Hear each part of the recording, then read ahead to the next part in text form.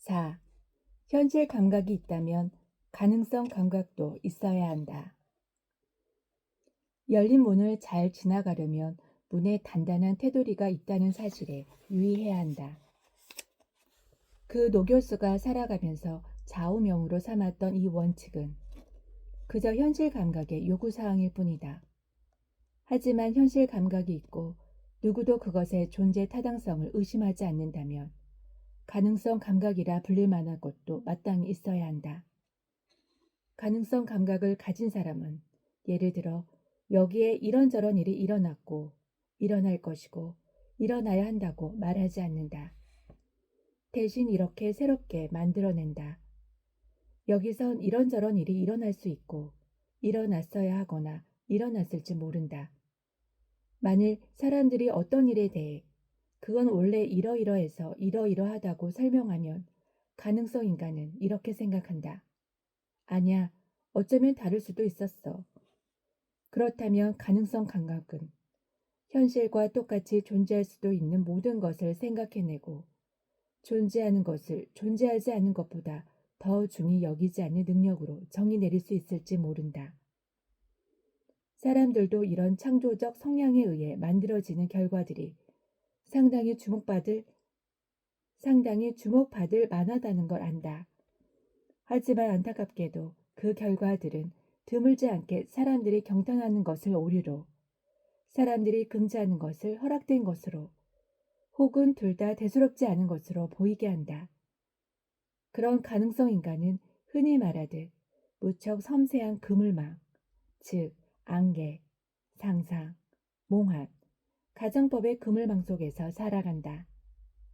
사람들은 아이들에게 그런 성향이 나타나면 그것을 몰아내려 애쓰고 그런 인간들을 대놓고 공상가니 몽상가니 약골이니 혼자 잘난 척하는 인간이니 혹은 트집쟁이라고 부른다. 사람들은 이런 바보들을 칭찬하는 의미로 이상주의자라고 부르기도 한다. 그러나 이상주의자란 그저 현실을 파악하지 못하거나 엄살을 떨며 현실을 회피하는, 그러니까 현실 감각의 결핍이 실질적인 결핍으로 작용하는 허약한 변종일 뿐이다. 반면에 가능성의 영역은 신경쇠약에 걸린 사람들의 꿈뿐 아니라 아직 깨어나지 않은 신의 의도로 포괄한다. 가능한 체험이나 가능한 진실은 현실적 체험이나 현실적 진실과 다르고 실제적 가치와는 더더욱 다르다.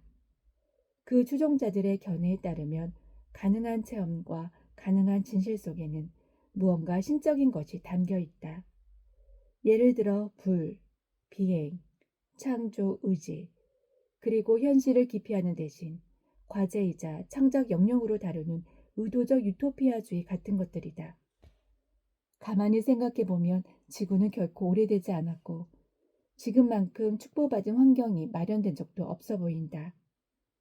현실성 인간과 가능성 인간을 쉽게 구분하고 싶다면 일정한 액수의 돈을 떠올리면 된다.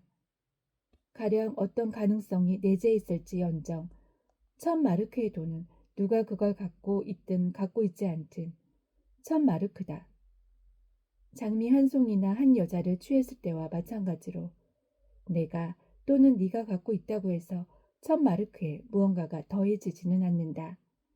하지만 현실성 인간은 말한다.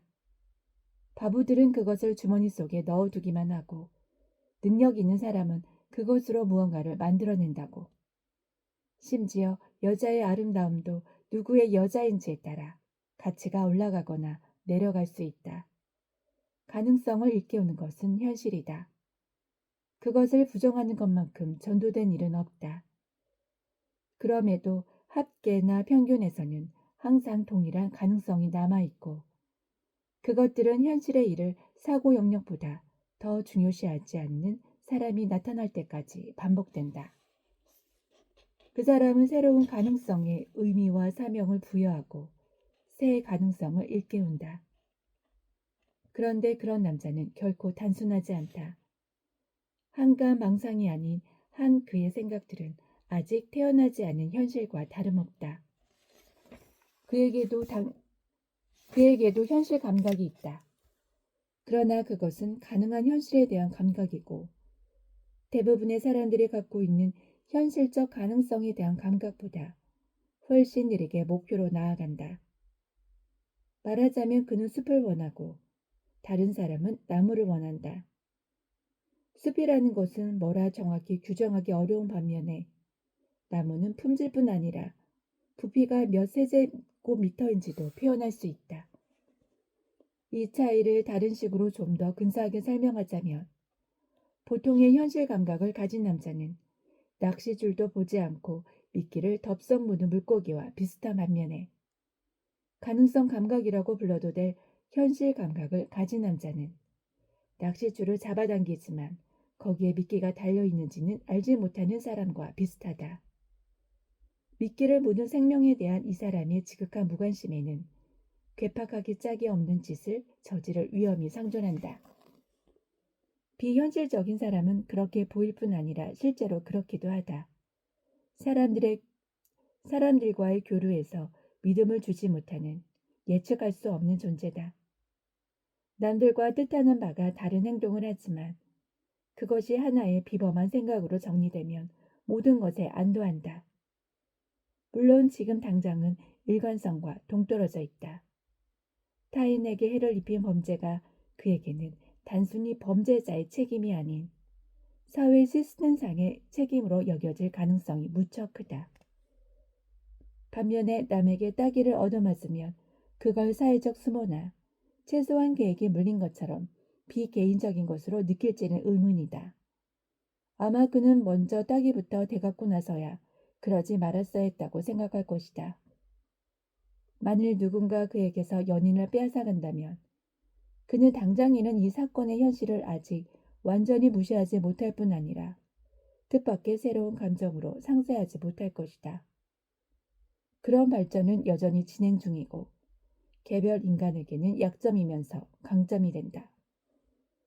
특성을 가진다는 것은 그것의 실제로 인한 모종의 기쁨을 전제로 하기에